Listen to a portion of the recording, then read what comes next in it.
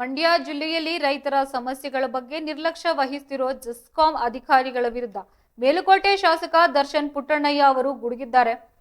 ಮಂಡ್ಯದಲ್ಲಿ ನಡೆದ ಜೆಸ್ಕಾಂ ಕುಂದುಕೊರತೆಯ ಸಭೆಯಲ್ಲಿ ಅಧಿಕಾರಿಗಳ ಕಾರ್ಯವೈಖರಿಯ ತೀವ್ರ ಆಕ್ರೋಶವನ್ನ ವ್ಯಕ್ತಪಡಿಸಿದ ಶಾಸಕರು ರೈತರ ಎದುರೇ ಅಧಿಕಾರಿಗಳನ್ನ ತರಾಟೆಗೆ ತೆಗೆದುಕೊಂಡಿದ್ರು.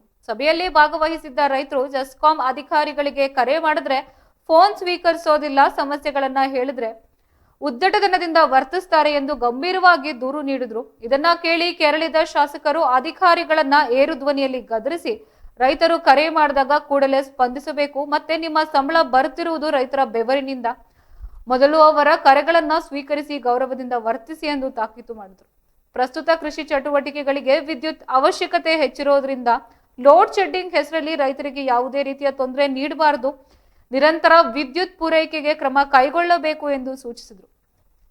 ಇನ್ನು ಶಾಸಕರು ತರಾಟೆಗೆ ಬೆಚ್ಚಿಬಿದ್ದ ಅಧಿಕಾರಿಗಳು ಮುಂದಿನ ದಿನಗಳಲ್ಲಿ ಇಂತಹ ತಪ್ಪುಗಳಾಗದಂತೆ ಎಚ್ಚರಿಕೆ ವಹಿಸುತ್ತೇವೆ ಎಂದು ಶಾಸಕರ ಮುಂದೆ ಕ್ಷಮೆ ಯಾಚಿಸಿದರು.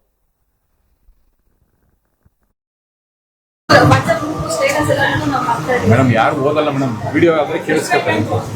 ಈ ಥರ ನಮ್ಮದು ಲೋಡ್ ಸರ್ ಎಲ್ಲ ಈ ಸಮಸ್ಯೆ ಲೋಡ್ ಮಾನಿಟ್ರಿಂಗ್ ಅಂತಾರೆ. ಪ್ರಾಬ್ಲಮ್ ಆದಾಗೆಲ್ಲ ಅಲ್ಲೆಲ್ಲ ಸ್ಟೇಷನ್ಗಳು ತೆಗಿತಾ ಹೋಗ್ತಾರೆ, ತೆಗಿಲೇಬೇಕು. ಅವರು ನಮಗೆ ಎಕ್ಸಾಕ್ಟ್ ಇನ್ಫಾರ್ಮೇಷನ್ ಸ್ಟೇಷನ್ಗೆ ಇನ್ಫಾರ್ಮ್ ಮಾಡಿ ಅಂತ ಕೊಡ್ತಾರೆ. ಡ್ಯೂ ಟು ಓವರ್ಲೋಡಿಂಗ್ ಆಫ್ ಬಸ್ಸಿಪುರ ಅದು 220 ಎಲ್ಲ ಓವರ್ಲೋಡ್ ಇದಾವೆ ಸರ್.